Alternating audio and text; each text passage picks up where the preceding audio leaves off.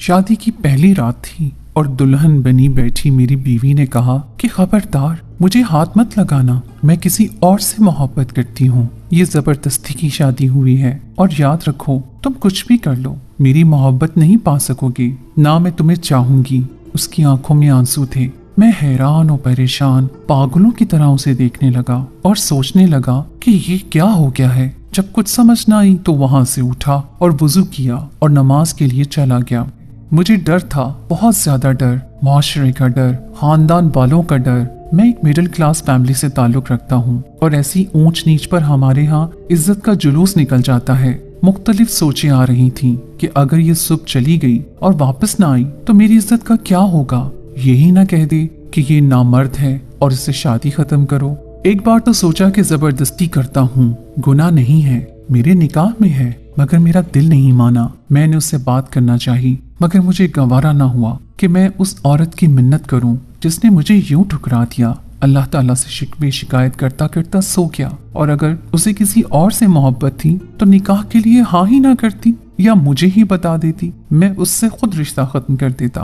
बात शादी तक बढ़ती ही ना और ना मेरी जिंदगी बर्बाद होती। मैं अपनी शादी पर सारी जमा पूंजी लगा चुका था। खैर, सुबह वो अपने घर चली गई, कोई बात नहीं हुई। 3 दिन तक कोई हलचल नहीं हुई। 3 दिन में उसकी अम्मी की कॉल आई कि बेटा तुम आए नहीं अपनी दुल्हन को लेने, तो मैं चला गया। मैंने वहां भी कोई बात नहीं की। हम वापस घर आ गए। मेरी बीवी मेरे सामने तो नहीं, अलबत्ता बाहर जाकर ये घर की छत पर जाकर हर रात को फोन पर किसी से बातें करती थी। मैंने उससे पूछा तक नहीं कि वो किससे बातें करती है। बस एक बार कहा कि उसे तलाक चाहिए। उसने कहा नहीं, उसका फोन पर जो आशिक था उससे मुझे कोई मतलब नहीं था। 5 माह ऐसे ही गुजर गए। मैं काम से थका हारा रात में घर आता था, बाहर से खाना खाया करता था और जब भी घर पर आता वो फोन पर किसी से बातें कर रही होती। एक दिन उसने पूछा, एक बात पूछूं? मैंने कहा पूछो। उसने कहा, क्या आपको मुझे देखकर तलब नहीं होती? मैंने कहा, शादी से पहले भी तो कंट्रोल ही था, तो तुम्हें क्या लगता है कि अब भी नहीं हो सकेगा? मगर उस रात बात कुछ और थी। मैं सोया हुआ था कि मेरे मोबाइल की घंटी बजी। फोन मेरे दोस्त का था। उसने मुझसे कहा कि तुम्हारी बीवी किसी और मर्द के साथ फलां होटल में बैठी है। पहले तो यकीन ना आया, लेकिन जब अपनी बीवी को घर ना पाया तो बेहद गुस्सा आया, इतना कि मुझे अपना दिमाग फटता हुआ महसूस हुआ। मैंने उसकी इज्जत रखी, किसी को कुछ ना बताया, पर उसने मेरी इज्जत ना रखी। मैं होटल की तरफ चल दिया, खुद को पुरसुकून रखा। वहां उसको किसी गैर मर्द के साथ बैठे देखा तो आवाज दी और कहा कि चलो घर चलो। वो चुपचाप घर आ गई। घर आकर उसे मैंने इंतहाई जोरदार थप्पड़ मारा कि मेरी उंगलियां उसके मुंह पर छप गईं। तुम सारी सारी रात फोन पर बातें करती हो? मैंने कुछ नहीं कहा। मुझे करीब नहीं आने देती हो, वो भी माफ कर दिया, लेकिन अब तो तुमने हद पार कर ली। बाहर मेरे दोस्त तुम्हें किसी और के साथ देखते हैं, कुछ तो मेरी इज्जत का ख्याल करो। लेकिन वो कुछ नहीं बोली, बस आंखों से आंसू टपक रहे थे। मैं उससे पूछ रहा था कि वो बाहर क्यों गई थी, लेकिन उसने मजाल है एक भी जवाब दिया हो।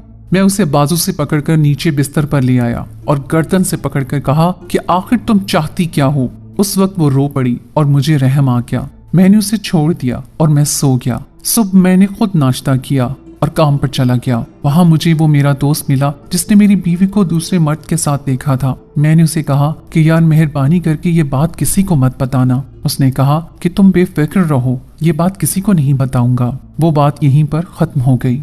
दूसरे दिन मेरी बीवी ने कहा कि मुझे एक दिन के लिए मेरी अम्मी के घर छोड़कर आए। मैंने कहा चलो ठीक है, छोड़कर आता हूँ। मैंने उसके साथ पैकिंग करवाई और उसे उसकी अम्मी के घर छोड़कर आया। एक दिन के बाद मैंने सोचा कि आज उसकी अम्मी के फोन के आने से पहले मैं खुद उसे लेने जाता हूँ। तो मैं उसे लेने के लिए वहाँ चला गया और वहाँ से मुझे पता चला कि वो ब्यूटी पार्लर गई है। मैंने वहाँ देखा तो वो उसी मर्द के साथ ब्यूटी पार्लर से कहीं और जा रही है। मैंने चाहा कि उसे रोक सकूं, लेकिन वो लोग मुझसे पहले ही निकल चुके थे। तब मुझे बहुत गुस्सा आया और मैंने फैसला कर लिया था कि अब मैं उसकी अम्मी को सब कुछ सच सच बता दूंगा, उसे तलाक दे दूंगा। और मैंने गाड़ी स्टार्ट की और निकल पड़ा। जब मैंने उसे किसी दूसरे मर्द के साथ ब्यूटी पार्लर पर देखा तो तलाक देने का फैसला करके निकला। पर जैसे ही मैंने गाड़ी को मोड़ा तो अचानक मेरी नजर ब्यूटी पार्लर के दरवाजे पर पड़ी और दरवाजा खुला।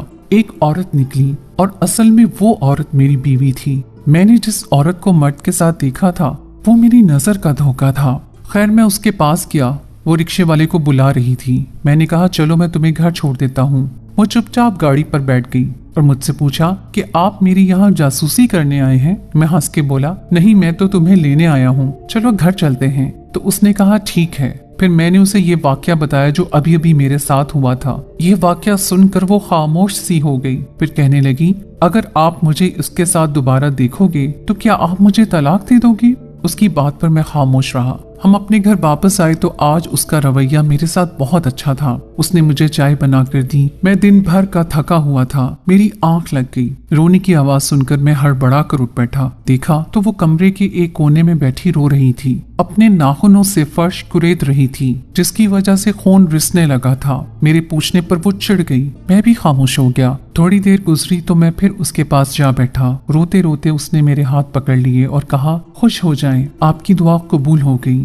उसकी बात सुनकर मैं हैरान रह गया। तुम्हें दुखी देखकर मैं कैसे खुश हो सकता हूँ? मेरी बात सुनकर वो बोली कि जिस शख्स से मैं मोहब्बत करती हूँ उसकी भी शादी हो रही है, वो अब किसी और का होने वाला है। उसकी बात सुनकर मैं खामोश हो गया और उठकर कमरे से निकल आया। मुझे गुस्सा आ रहा था कि मेरी बीवी के जज्बात किसी और के लिए हैं। उसके बाद मैंने खामोशी इख्तियार कर ली। तीसरे दिन वो खुद ही मुझसे मुखातिब हुई। कहने लगी, मेरे महबूब की शादी हो चुकी है, अब वो किसी और का हो चुका है, मगर आप किसी खुशफहमी में ना रहना, मैं कभी भी आपकी नहीं बनूंगी। ये बात सुनकर मैं तिल मिला के रह गया, मगर बोला कुछ भी नहीं। अगले रोज कहने लगी, एक हफ्ता हो गया है मैं अम्मी के यहाँ नहीं गई, मुझे वहाँ छोड़ आए। मैंने कहा, तैयार हो जाओ, छोड़ आता हूँ। मैं उसे उसकी माँ के घर छोड़कर वापस आने लगा तो कहने लगी कि मैं यहाँ 3 दिन रहूंगी। मैंने कोई जवाब न दिया और वापस लौट आया। 3 दिन बाद जब मैं उसे लेने गया तो वो बहुत खुश नजर आ रही थी। हैरत अंगेज तौर पर उसने मुझे खाना पेश किया, मेरे लिए चाय बनाई और मेरे पास ही मौजूद रही। उसके ये अंदाज देखकर मुझे खुशफहमी हुई कि शायद अकल ठिकाने आ गई है। हम अपने घर वापस आ गए। अगले रोज जब उसने खाना लगाया तो कहने लगी, आज हम साथ मिलकर खाना खाएंगे, मुझे आपसे बात भी करनी है। मैंने कहा, खैरियत है, बोलो क्या कहना चाहती हो? कहने लगी, हमारी शादी के चंद रोज बाद आपने मुझसे पूछा था कि मुझे तलाक चाहिए। मैंने इस बात में सर हिलाया तो कहने लगी, अब मुझे तलाक चाहिए, आप मेहरबानी करके मुझे फारिग कर दें। उसकी बात सुनकर नवाला मेरे हलक में ही फंस कर रह गया। खाना अजाब बन गया। ताहम मैंने खुद को संभाला और उसकी आंखों में देखते हुए मैंने तलाक देने से साफ इनकार कर दिया। अब किसके लिए तलाक चाहती हो? वो शख्स जिसके लिए तुम मुझे ठोकर मारकर जाना चाहती हो, वो तो खुद शादी कर चुका है, अब तुम क्या करोगी तलाक लेकर? उसने जवाब में जो कहा उसने मेरे औसान ही खता कर दिए। कहने लगी, हाँ, मुझे उसी के लिए तलाक चाहिए। उसने शादी कर ली थी, मगर शादी के 5वें दिन ही जब मैं अपनी अम्मी के यहाँ थी, उस वक्त उसने अपनी नई नवेली दुल्हन को तलाक दे दी थी। मैंने उसकी सारी बात सुनने के बाद साफ अल्फाज में इनकार कर दिया।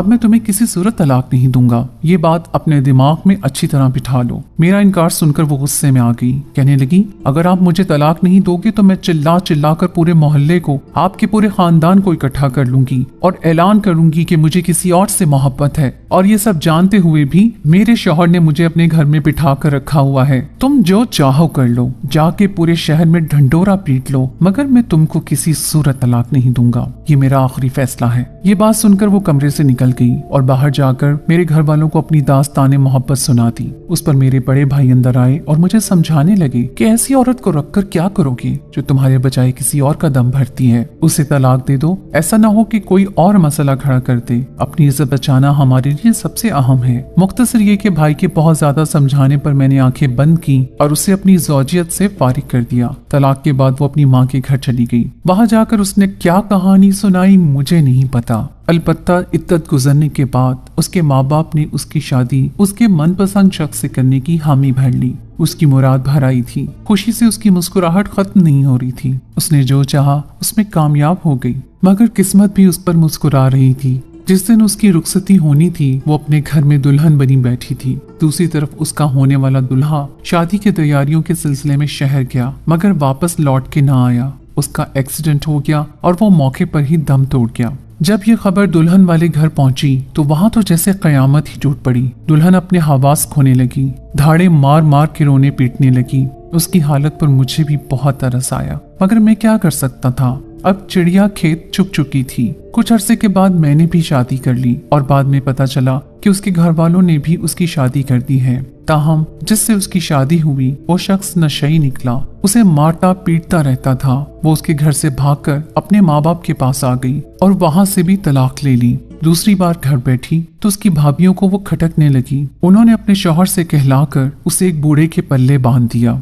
बदकिस्मती कि उस बूढ़े की अपनी बेटियां उसी की उम्र की थीं। ताहम शादी के बाद सौतेली बेटियां उसे तशद्दुद का निशाना बनाने लगीं। इन्हीं हालात में वो हामला भी हो गई। फिर एक दिन इत्तला मिली कि वो अस्पताल में दम तोड़ गई है, क्योंकि उसकी सौतेली बेटियों ने उसे डंडों से मार मार कर उसकी हालत खराब कर दी थी। उसकी कोख में पलता बच्चा भी जान की बाजी लगा चुका था और अपनी माँ के साथ कब्र में जा सोया। उसकी मौत की इत्तला सुनकर दिल खून के आंसू रोने लगा। मेरे अंदर से मैं चीख रहा था कि तुमने ऐसा क्यों किया, मुझे ठुकराकर अपनी जिंदगी को जहन्नुम बना दिया। मैंने तुम्हें रोकने की कितनी कोशिश की मगर तुमने मेरी एक ना सुनी।